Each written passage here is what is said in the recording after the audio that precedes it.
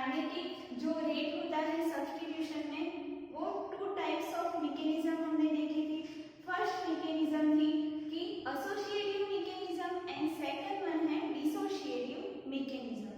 जो associative mechanism होती है सिमिलर लाइक SN2 मैकेनिज्म होता है। इट मींस कि उसका रेट है वो दोनों पे डिपेंड होता है, concentration of substrate and concentration of incoming ligand. Then जो डिसोसिएटिव मैकेनिज्म हमने डिस्कस किया था उसमें क्या था, जो डिसोसिएटिव मैकेनिज्म है वो SN1 फॉलो करता है, SN1 मैकेनिज्म पाथ फॉलो करता है। उसका जो रेट है only depends on concentration of a substrate. Then हमने सेकंड लेक्चर में डिस्कस किया हाइड्रोलिसिस। तो हाइड्रोलिसिस में क्या था कि जो कोई भी कॉम्प्लेक्स के साथ H2O या OH लिगेंड रिएक्ट करके जो कॉम्प्लेक्स फॉर्म करेंगे इसे हम क्या बोलते हैं कि हाइड्रोलिसिस। अब 3 टाइप्स के हाइड्रोलिसिस है, उसमें से 2 हमने स्टडी किया था। तो जब जो हाइड्रोलिसिस होता है वो किस पे डिपेंड होता है, पीएच, जो उसकी पीएच मीडियम होता है उस पे डिपेंड होता है। तो जब पीएच की रेंज 7 होती है तब कौन सा हाइड्रोलिसिस होता है, न्यूट्रल हाइड्रोलिसिस। पीएच की रेंज 7 से कम होता है, इट मींस कि लेस देन 7 तक एसिडिक हाइड्रोलिसिस, एंड पीएच की रेंज ग्रेटर देन 7 होती है तब बेसिक हाइड्रोलिसिस फॉलो होता है। तो एसिडिक हाइड्रोलिसिस में कॉम्प्लेक्स के साथ H2O रिएक्ट करता है एंड बेसिक हाइड्रोलिसिस में कॉम्प्लेक्स के साथ OH- रिएक्ट करता है। तो आज के लेक्चर में हमें डिस्कस करना है electron transfer reaction in a octahedral complexes. तो इलेक्ट्रॉन ट्रांसफर रिएक्शन कैसे होता है,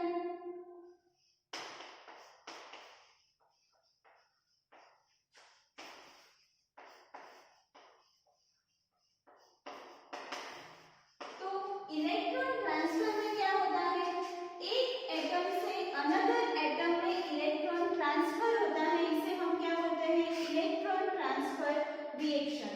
one atom to another atom electron transfer is called electron transfer reaction. अब एक एटम में से दूसरे एटम में इलेक्ट्रॉन ट्रांसफर हो रहा है, इसलिए उसका जो ऑक्सीडेशन स्टेट होगा वो क्या हो जाएगा, oxidation state also change. It means कि एक एटम में से दूसरे एटम में इलेक्ट्रॉन जा रहा है तो दोनों एटम के जो ऑक्सीडेशन स्टेट होंगे वो क्या हो जाएंगे, चेंज हो जाएंगे। अब जो electron transfer reaction in octahedral complex हमें स्टडी करना है उसमें क्या है, जब कोई इलेक्ट्रॉन उसका जो मेटल है, इट मींस कि कोई भी एटम इलेक्ट्रॉन लूज करेंगे तो क्या होगा, उसे हम बोलेंगे ऑक्सीडेशन, एंड जब इलेक्ट्रॉन कोई भी एटम गेन करेगा उसे हम क्या बोलेंगे, रिडक्शन। तो ऑक्सीडेशन किसे बोलेंगे,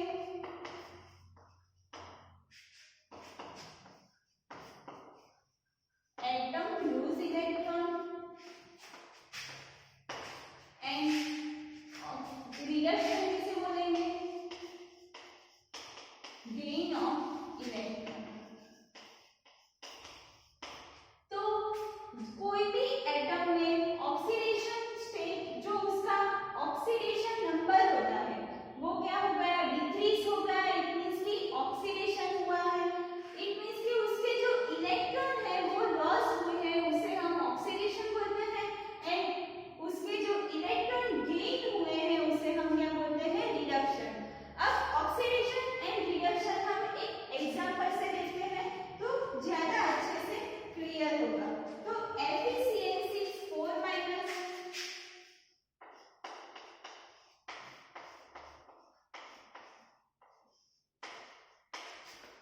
प्लस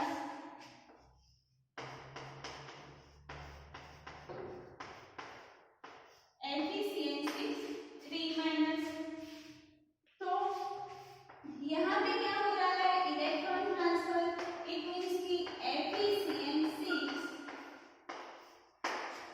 3- प्लस FeCN6 4-। तो यहाँ पे हमें ऑक्सीडेशन स्टेट निकालना आना चाहिए कि Fe का ऑक्सीडेशन स्टेट कितना होगा, Cn का चार्ज कितना है, -1, इट मींस कि यहाँ पे कितना हुआ है, -6,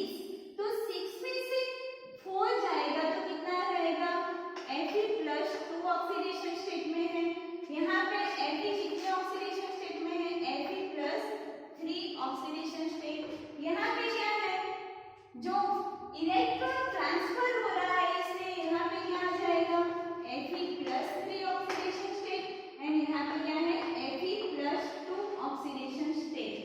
अब इलेक्ट्रॉन है वो यहाँ से यहाँ ट्रांसफर हो रहा है, इट मींस कि यहाँ से इलेक्ट्रॉन लूज हुआ है, Fe+2 में से क्या बन रहा है Fe+3, इट मींस कि ऑक्सीडेशन स्टेट इंक्रीज हो रहा है, तो इसमें से क्या हो गया इलेक्ट्रॉन लूज हुआ, तो यहाँ पे क्या है लॉस ऑफ इलेक्ट्रॉन को हम क्या बोलते हैं ऑक्सीडेशन। एंड जो ऑक्सीडेशन है उसे हम क्या बोल सकते हैं रिड्यूसिंग एजेंट।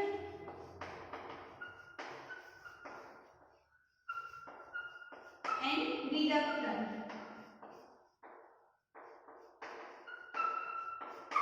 अब जो सेकंड कॉम्प्लेक्स है उसमें क्या है, पहले Fe कौन से ऑक्सीडेशन स्टेट में था +3 ऑक्सीडेशन स्टेट में, तो Fe+3 में से क्या बन रहा है Fe+2, इट मींस कि ऑक्सीडेशन स्टेट डिक्रीज हुआ है एंड वो क्या कर रहा है gain of electron, electron gain कर रहा है, इसलिए क्या होगा रिडक्शन होगा, इसे हम क्या बोलते हैं रिडक्शन। एंड रिडक्शन क्या होता है ऑक्सीडाइजिंग एजेंट।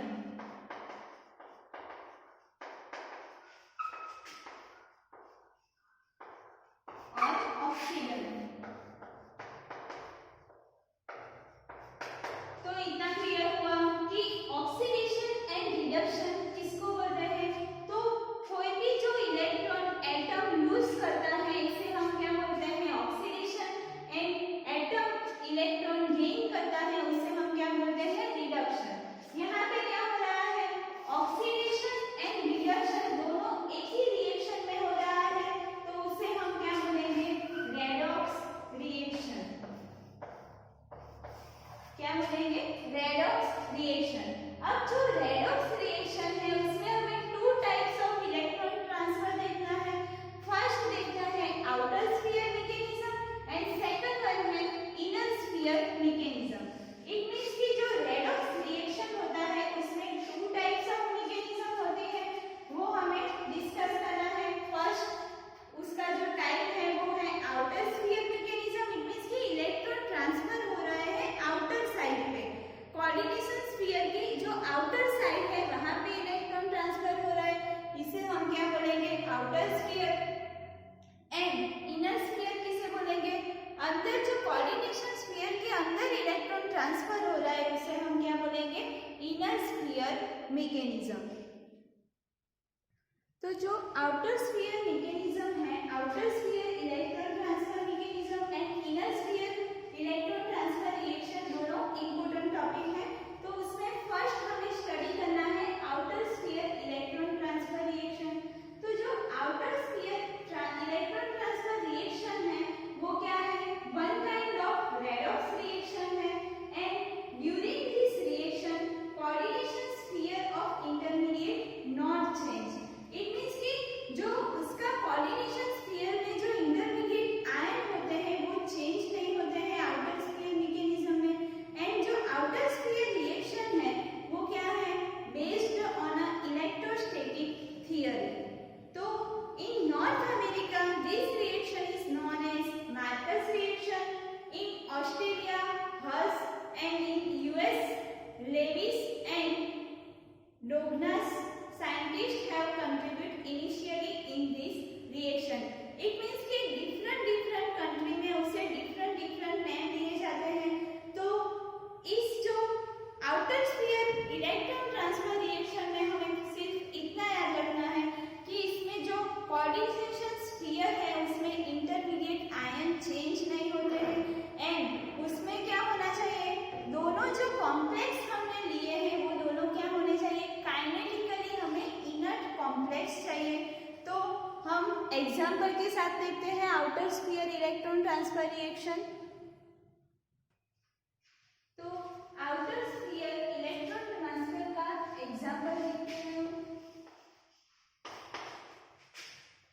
फर्स्ट हमें कॉम्प्लेक्स लेना है FeCN6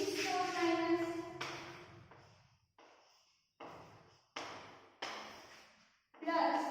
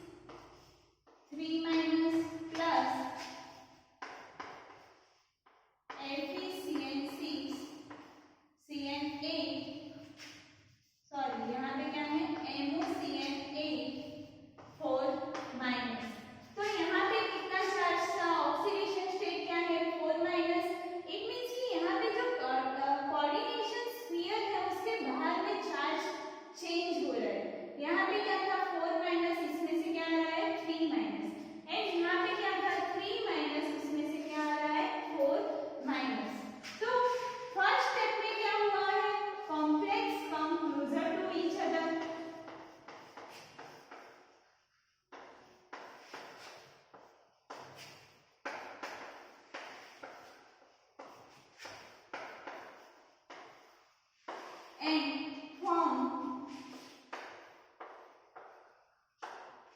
reorganization complex.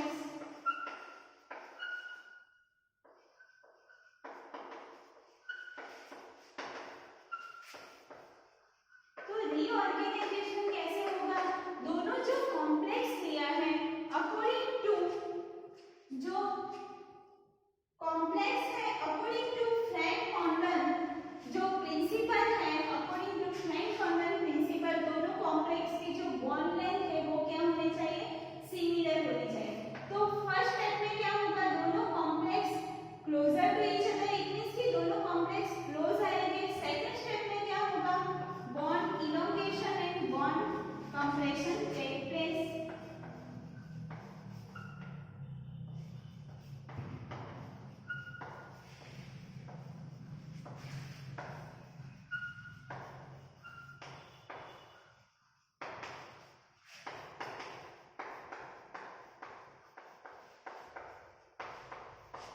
दो जिसकी बॉन्ड लेंथ ज्यादा होगी वो क्या होगा? कंप्रेस होगा, एंड जिसकी बॉन्ड लेंथ कम होगी वो क्या होगा? इलोंगेशन होगा। तो दोनों की बॉन्ड लेंथ क्या हो जाएगी? इक्वल हो जाएगी according to the French Condon principle. तो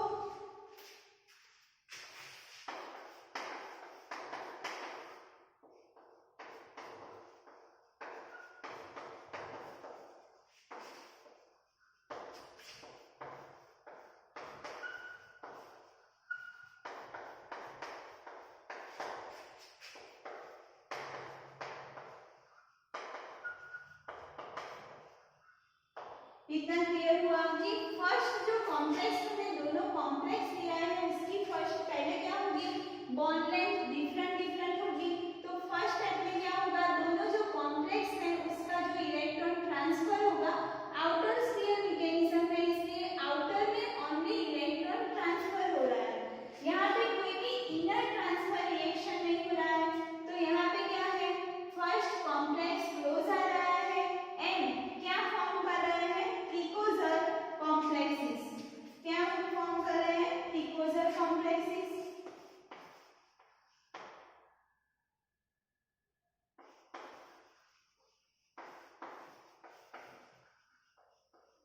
एंड प्रीकोजर कॉम्प्लेक्स में क्या होता है? रीऑर्गेनाइजेशन होता है कॉम्प्लेक्स का। इट मींस कि उसकी जो बॉन्ड लेंथ है वो इलोंगेशन होती है एंड कंप्रेशन होती है, एंड क्या दोनों कॉम्प्लेक्स की बॉन्ड लेंथ क्या हो जाएगी? सिमिलर हो जाएगी, एंड देन क्या होगा? इलेक्ट्रॉन ट्रांसफर होगा। उसे हम क्या बोलते हैं? Electron transfer reaction in outer sphere mechanism. तो फर्स्ट क्या होना चाहिए? आउटर स्फीयर रिएक्शन के लिए हमें कुछ सॉल्यूशंस पढ़ना है, उसमें फर्स्ट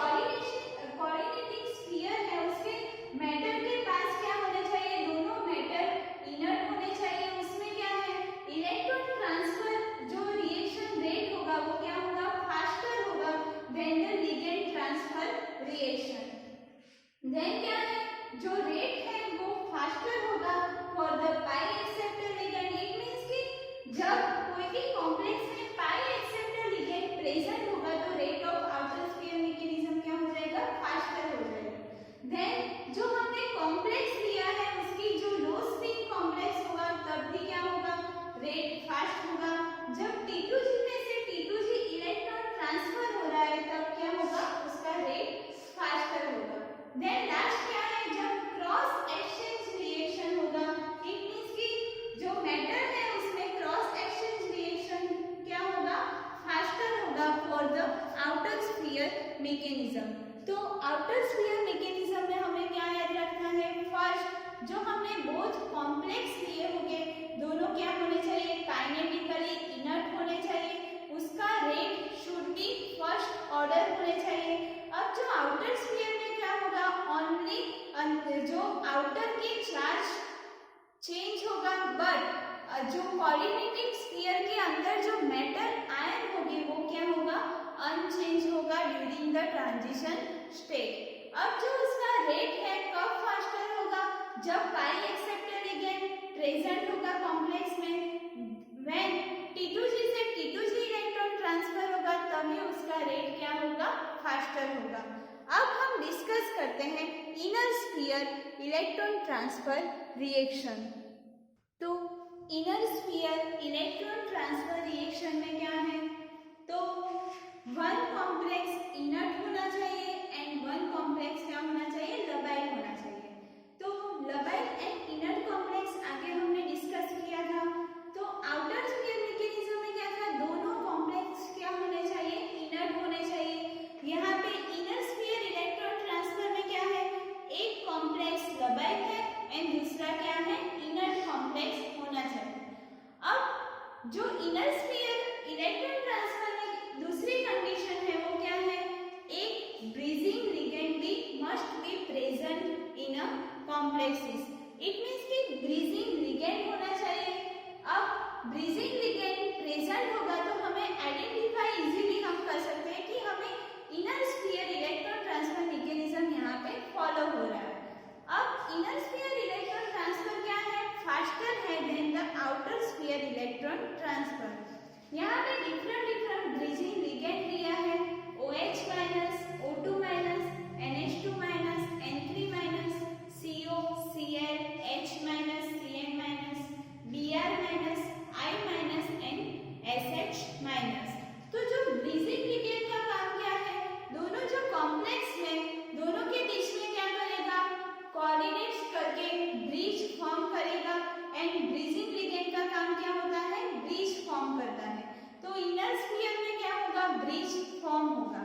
तो इनर स्फीयर इलेक्ट्रॉन ट्रांसफर में हमें कितना याद रखना है, फर्स्ट है कि एक लबाइल एंड एक इनर्ट कॉम्प्लेक्स प्रेजेंट होना चाहिए।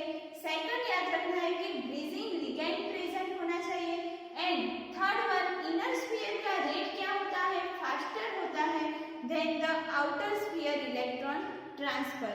अब उसका हम एग्जांपल लेके समझते हैं कि inner sphere electron transfer reaction कैसे फॉलो होता है।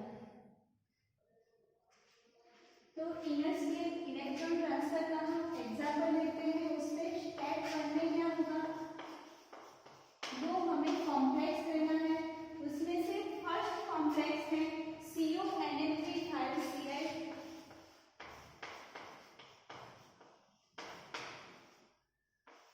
यहाँ पे क्या है, एक ब्रीजिंग लिगेंड प्रेजेंट है। सेकंड वाला कॉम्प्लेक्स है वो क्या है, यहाँ पे क्या है, चार्ज 2+, सेकंड है CrH2C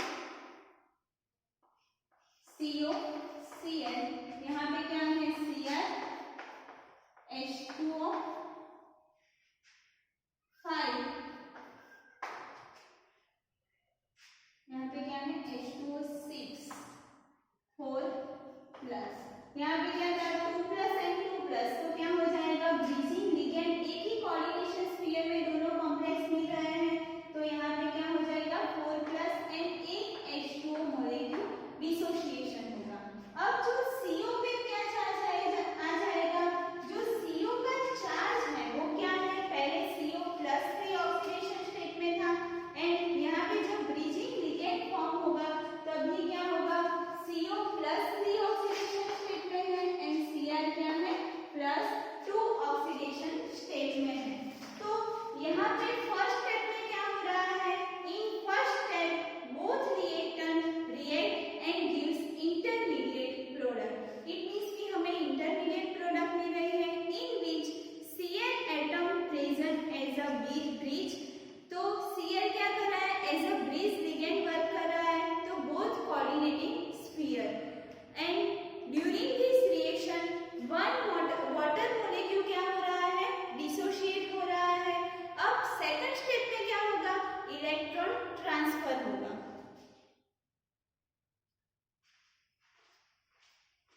तो इलेक्ट्रॉन ट्रांसफर हो रहा है, तो फर्स्ट यहाँ पे क्या था इनर्ट था, यहाँ पे क्या था दबाई था।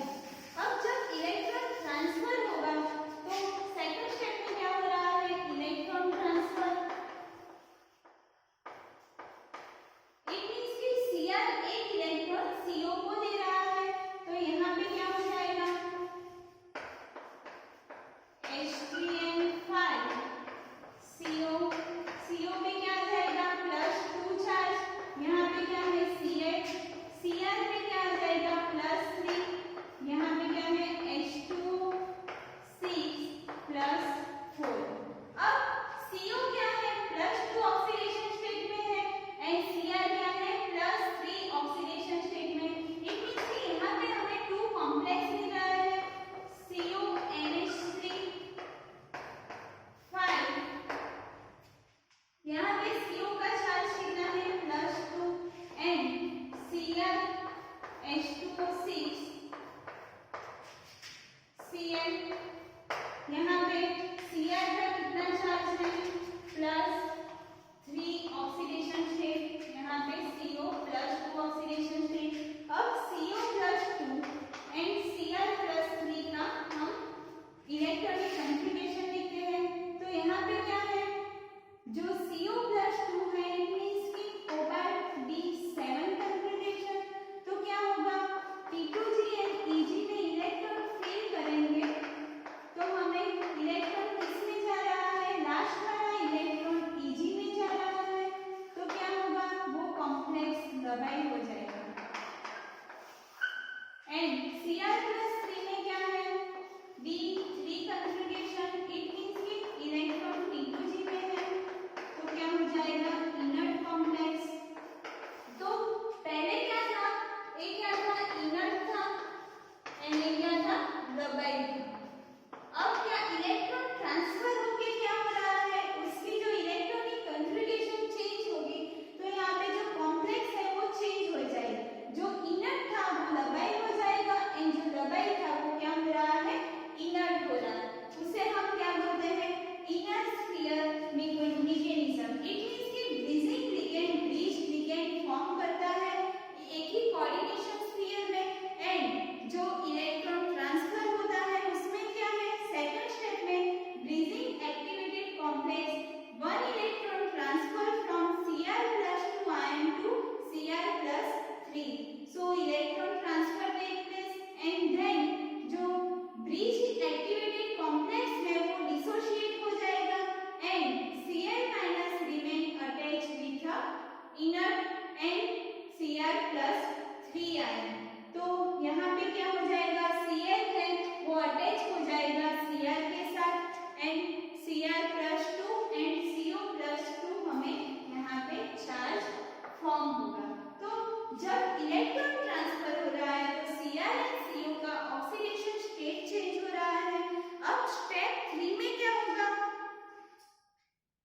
यहाँ पे स्टेप 3 में क्या होगा, जो CONH3 कॉम्प्लेक्स फॉर्म हुआ था वो किसके साथ रिएक्शन करेगा, एक वाटर मॉलिक्यूल के साथ रिएक्शन करके उसका जो कोऑर्डिनेशन नंबर होगा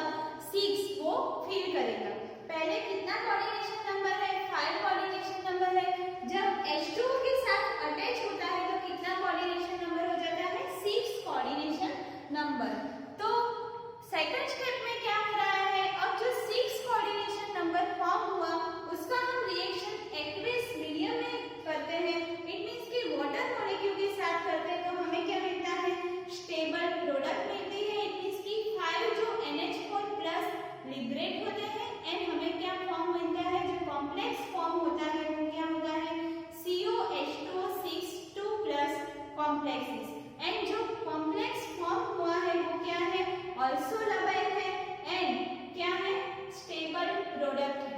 इट मीन्स कि हमें इनर स्फीयर मैकेनिज्म में क्या याद रखना है, इनर स्फीयर मैकेनिज्म में एक कॉम्प्लेक्स इनर्ट होना चाहिए एंड एक कॉम्प्लेक्स क्या होना चाहिए, लबाइल होना चाहिए। अब उसमें जो एक ब्रिजिंग लिगेंड प्रेजेंट होना चाहिए। यहाँ पे हमने फर्स्ट स्टेप में देखा कि ब्रिजिंग लिगेंड क्या करता था, दोनों कॉम्प्लेक्स के बीच में ब्रिज फॉर्म करता था। देन नेक्स्ट स्टेप में क्या होता था, इलेक्ट्रॉन ट्रांसफर होता था। अब जो लास्ट स्टेप में क्या हो रहा है, लास्ट स्टेप में हमें स्टेबल लबाइल प्रोडक्ट मिल रही है। तो जो inner sphere electron transfer mechanism है वो किसने दी, तो ट्यूब एंड कोवर्कर्स ने एक्सप्लेन किया inner sphere electron transfer reaction. अब जो inner sphere electron transfer reaction में क्या हो रहा है, सब्स्टिट्यूशन रिएक्शन हो रहा है इन coordinating sphere of a one reactant, then an electron transfer take place. So reaction में क्या होगा, oxidizing agent and reducing agent contact आ रहे हैं each other. It means कि reducing agent and oxidizing agent हमने complex लिया, दोनों एक दूसरे के closer आ रहे हैं. Due to this contact, bridging activated complex is formed. It means कि bridge form हो रहा है and in this bridge activated complex, ligand is present in a common coordinating sphere in both complex. जो both complex से एक ligand जो attach होके जो हमें coordinating sphere में हमें एक common coordinating sphere मिल रहा है and ligand forms bridge. It means कि ligand क्या form कर रहा है, bridge form कर रहा है. After the forming bridge activated complex, dissociation take place and then electron transfer reaction take place. तो पहले क्या हुआ, ब्रिज फॉर्म हुआ, देन क्या होता है, जो उसका कॉम्प्लेक्स फॉर्म हुआ एक्टिवेटेड कॉम्प्लेक्स, उसका डिसोसिएशन हो जाएगा एंड क्या होगा, हमें complex inner electron transfer reaction occurs. Then in short, during the inner sphere mechanism, first bridge activated complex form and then dissociation occur and then क्या होगा, electron transfer takes place. जो inner sphere mechanism है वो कब दी थी, 1959 में मिला था electron transfer in inner sphere mechanism. अब electron transfer in inner sphere mechanism में हमें क्या याद रखना है, डिफरेंट ब्रिजिंग लिगेंड का क्या होगा, डिफरेंट रेट होगा। अब हमने यहाँ पे जो kinetic and rate of reaction of substitution यहाँ पे कंप्लीट हो रहा है। तो फर्स्ट हम एक बार रिवाइज कर लेते हैं। फर्स्ट हमने क्या देखा, फर्स्ट हमने एसोसिएटिव एंड डिसोसिएटिव मैकेनिज्म देखा। तो जो सब्स्टिट्यूशन रिएक्शन है उसमें क्या होता है, कोई भी एक कॉम्प्लेक्स में एक जो लिगेंड है वो उसके रिप्लेस कर देते हैं दूसरे लिगेंड को, इसे हम क्या बोलते हैं, substitution reaction.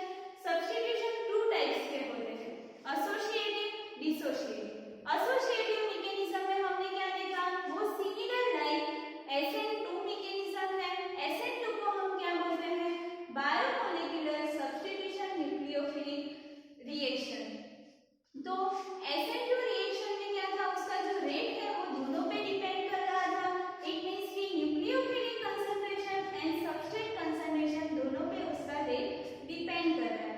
Then dissociative mechanism में क्या है, dissociative mechanism similar like SN1 mechanism. SN1 को हम क्या बोलते हैं, यूनिमोलिकुलर सब्स्टिट्यूशन रिएक्शन। तो यूनिमोलिकुलर हमने क्यों बोला, क्योंकि वो फर्स्ट ऑर्डर रिएक्शन है।